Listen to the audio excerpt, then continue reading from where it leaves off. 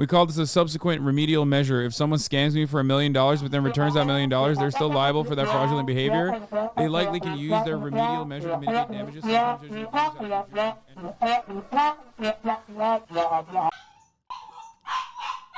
Bro, the funniest part about this process is that, like, she's crying like she's being murdered.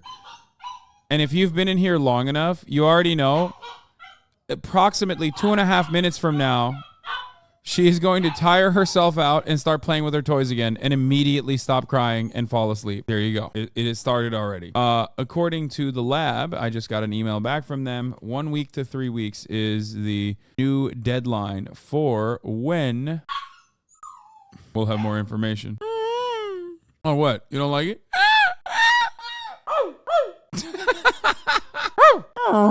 Growl at her, see what happens? I already did. I did that. One time, she tried to bite me in the face, and I literally barked at her so fucking loudly. Like, straight up here, I'll do it right now. Type bark, and she literally got scared. She ran away crying. I was not expecting her to be fucking scared. Yeah, I got that dog in me. You fucking kidding me? I yip when she also bites too hard, too. She needs to learn. She's not around other people. She's not around other dogs. So she needs to learn if she's like biting too hard. So yeah, you got to do that. You go, did you not know that? Do you enjoy scaring women, Hasan? Well, this one is my woman, so I can do whatever I want. This is my child. This is my child. I don't want to howl because I don't want him to learn howling.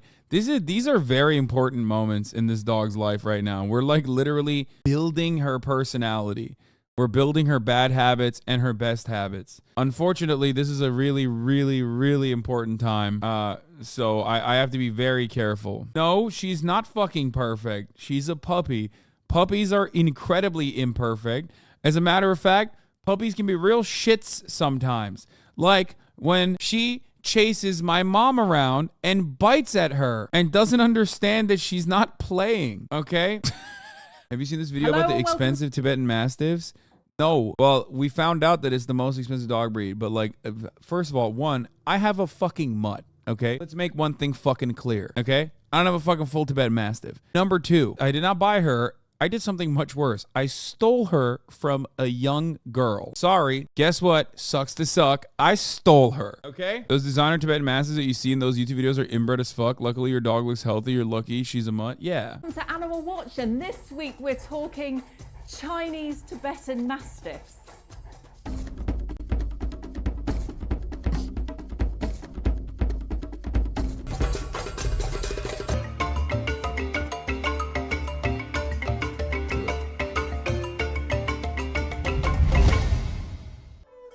The Tibetan Mastiff, immense, powerful, regal. Originating with the nomadic cultures of Tibet, China, India, Mongolia and Nepal, it was bred to protect sheep from wolves, leopards, bears and tigers, and to stand guard outside temples and houses. The Tibetan Mastiff is a primitive breed and can survive in extreme temperatures and high altitudes. Originally weighing in at around 90 kilograms, but now with selective breeding programs in China, some dogs can reach well in excess of 115 kilograms. So why is this breed so controversial? Bro, that's like 200 pounds, dude. Rising to fame when one named Big This one. Look, see, every time I look at videos like this, I'm like, okay, Kaya doesn't look like this. And then there's one where I'm like, oh, never mind. Rising It's not that one. It's this one. Look at the fucking face. to fame when one named Big Splash supposedly sold for over $1.5 million in China to a coal baron. And others after him sold closer to $2 million.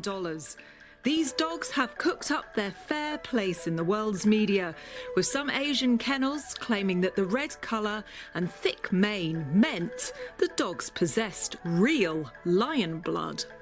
What do the breeders of the original smaller Tibetan Mastiff think of the new immense creations now surfacing from China? And are these new larger, more brightly coloured and apparently more courageous creations any better than the original ones that were bred to simply protect livestock and be home guardians?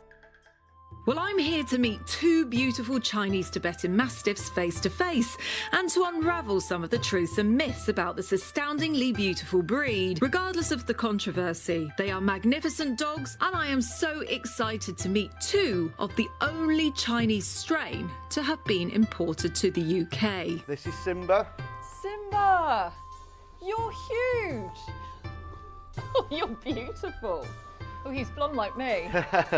Would you like to come in? Oh, I'd love to come as in. well. We've got Oh, you've got a female as well. Wonderful. I'd love to.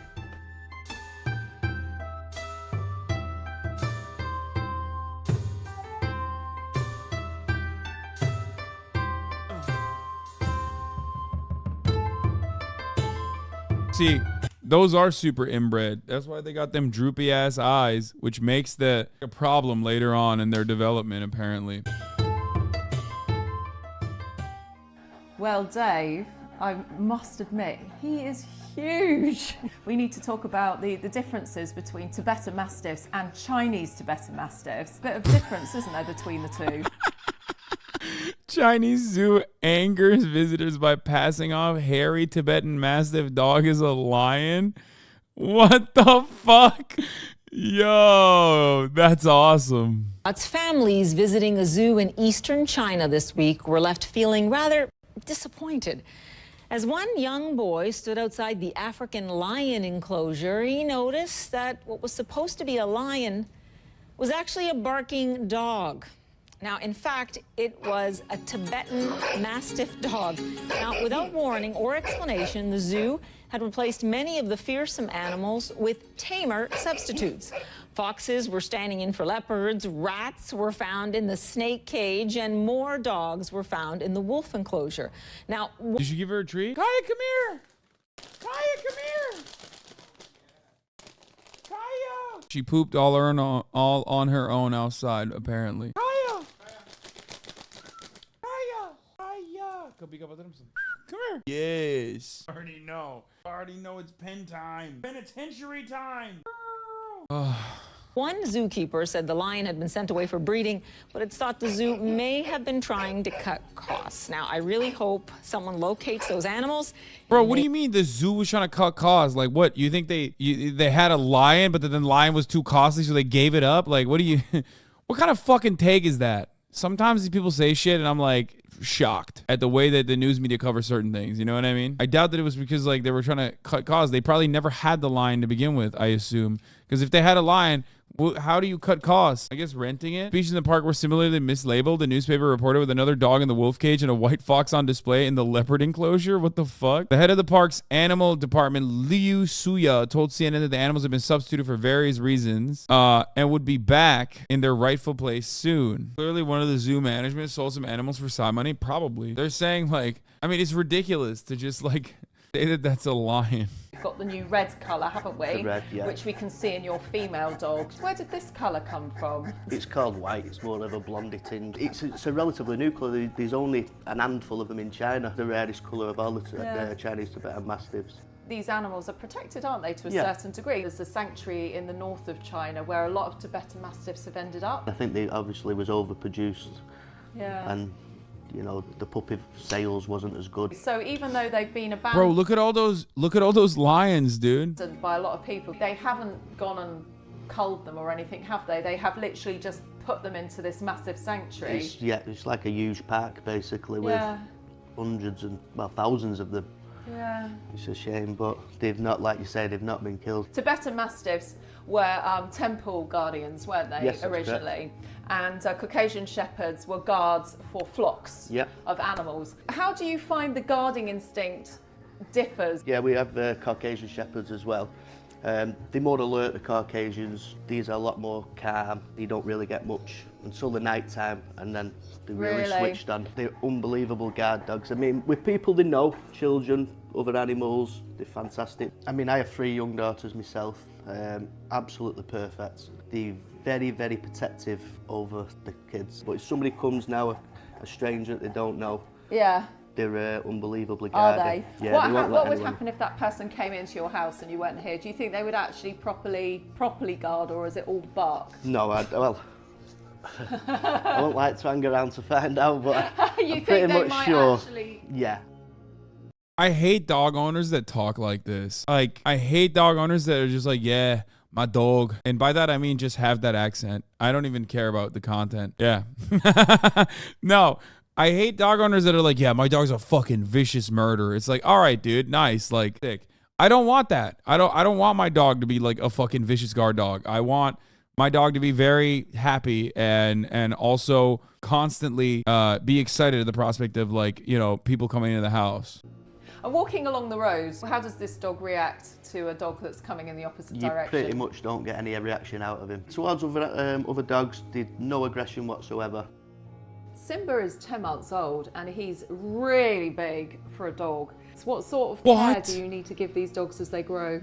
He's probably the best part, 35 kilo at 4-month-old. They grow at such a rate that you've got to limit the exercise dramatically, just lead walking, basically no running around on fields, just to set the weight and the pressure off the joints, and just watch the food intake that he takes. Probably around 12 months of age, you find that you can let them do a bit more. And he's got a lot of folds, hasn't he? I mean, he's got folds around his eyes, he's got folds around his nose, and the eyelashes I noticed are curling in slightly. What do you do to help him with this? Basically, just a weekly clean around the eyes, but they need tacking as he grows. So he's been done 3 times now. What, an operation like an eye lift? Yeah, it's just a lift up of the eye and a little tack put in that stays in for about 3 months, because as they grow, the weight of the fur and comes over and they need lifting each time, up to about 15 to 18 All right, so he's had a lot of plastic surgery. He's had plenty done. And this fur, it's definitely more fleecy, sort of like a Samoyed. So I imagine. Yeah, this is like a fucking insanely inbred dog, bro. Like, this is why mutts are better, by the way, chatters. For those of you who don't know, obviously there's like working dog breeds that are like bred to, you know, like Belgian Malinois are fucking pretty solid from what I understand. You know what I mean? But in a lot of circumstances, these like super rare, super purebred dogs are fucking insane, okay? Pedigree shit is eugenics anyways. Yeah, I mean, but it's dogs, so people don't really give a shit about that. Oh my God, she started again. When they molt, it comes out like sheep's wool. Does it all come out in one piece? Yeah, basically it's like one, you know, you can literally rub your hand down and you're going to take out. You're going to peel it off. Grooming wise, you're looking at about 10 to 15 minutes a day on a good deep brush. Every 4 weeks they go to the groomers and have a bath. Yeah. And a real good, and a good dry, spruce up because, and a dry, because a dog like this will get hot spots. And hot spots, if you don't know what it is, they're like eczema, nasty little rashes. If they get a little bit too damp next to the skin, and then what happens is you get this like eczema reaction, and they get quite sore, don't they? They nibble it, and it can get quite nasty. So to really dry these dogs, keep these dogs nice and dry is very important. What sort of stuff do they eat? All my dogs are fed on raw food. So chicken mince with a variety of vegetables in there. They love tripe. Once a week they get a nice bone, big bone with all the raw meat on, and to keep their teeth clean. You're looking about 2 to 3 kilos. Yeah, because they're quite. Every time, bro. Every fucking time she gets mad, she's like, come on, I'm bored.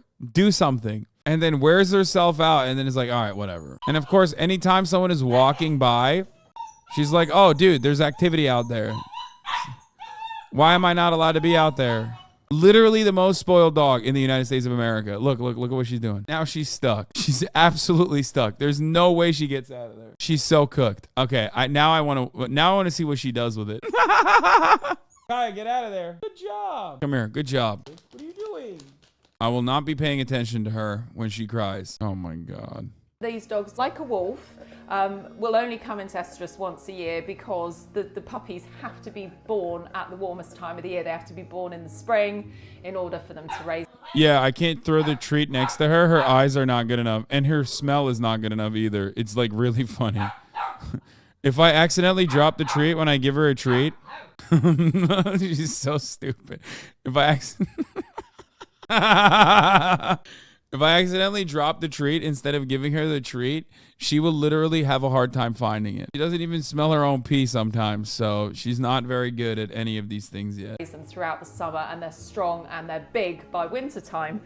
At some point in these dogs' evolution, because of living in these extreme conditions and these mountainous conditions, they have done the same thing as the wolf. Do they still have one estrus? Yes. When I first brought them over to the UK, I was expecting, you know, will it change with our climate and the way we keep them? But no, all mine are November, December when they first... That is so weird, isn't it, Yeah. for a dog? I mean, wolf, you get that with wolf dogs. With wolf dogs, yeah. I had met two very docile and laid-back Chinese Tibetan Mastiffs and felt that these were loyal and relaxed family pets. It was clear that the larger, more wrinkled lion types from China do come with their own set of health problems, such as skin folding around the eyes, some breathing issues, and strain on their joints and bones. The original Tibetan Mastiffs, which frequent show rings across Europe, look very different. They are smaller, shorter coated, with far less wrinkles, as you can see from these photos. These newer, heavy and longer coats would most certainly hold water in the mountains and would have meant these newer dogs would have perished.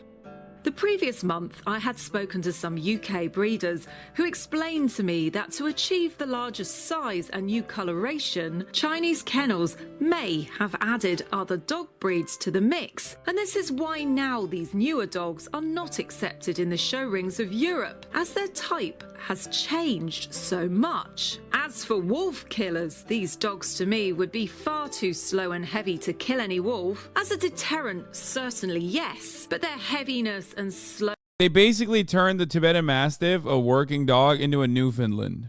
would be no match for the fit and mentally charged wolf. Their long coat would be the only thing in their favour which would save them from being fatally wounded quickly by a wolf who would struggle to get a grasp around the neck. Bearing in mind that the ancient original Mastiffs would not have possessed this immense coat now being produced in China. As for lion blood, well, that is scientifically impossible, but they do possess ancient Tibetan wolf blood, helping them survive at high altitudes without sickness. The aggressive photos online seem to all belong to chained up dogs who looked poorly socialised and baited to get a good photo.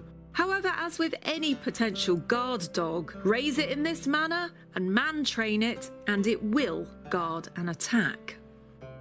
Regardless, I do really like these dogs and found their personality affectionate, laid back and easy in the house. Certainly not dangerous, but fiercely loyal to one's family. It needs to be noted that caution should be exercised around strangers and strangers' children at all times, as Dave mentioned in the interview, as they are a guarding breed and will protect you and your property with their life.